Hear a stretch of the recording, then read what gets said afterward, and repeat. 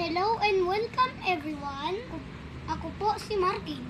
And I want to show you 5 ways how to protect ourselves to COVID-19 during rainy season.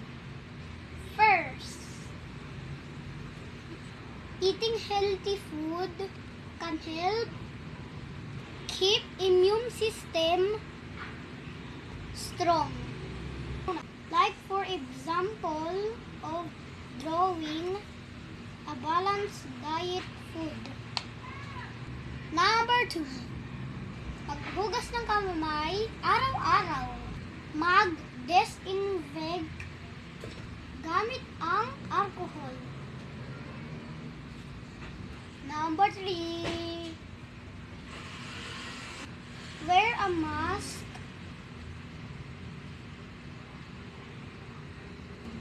and make sure those around you wear a mask. Number 4, take care of your physical and mental health. Exercise every day.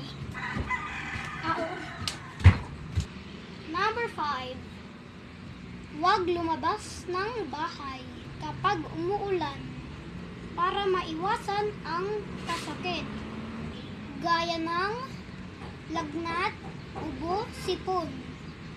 Ugaliing manatili sa bahay para maiwasan ang magkasakit. Stay safe, stay in house. Bye-bye everyone.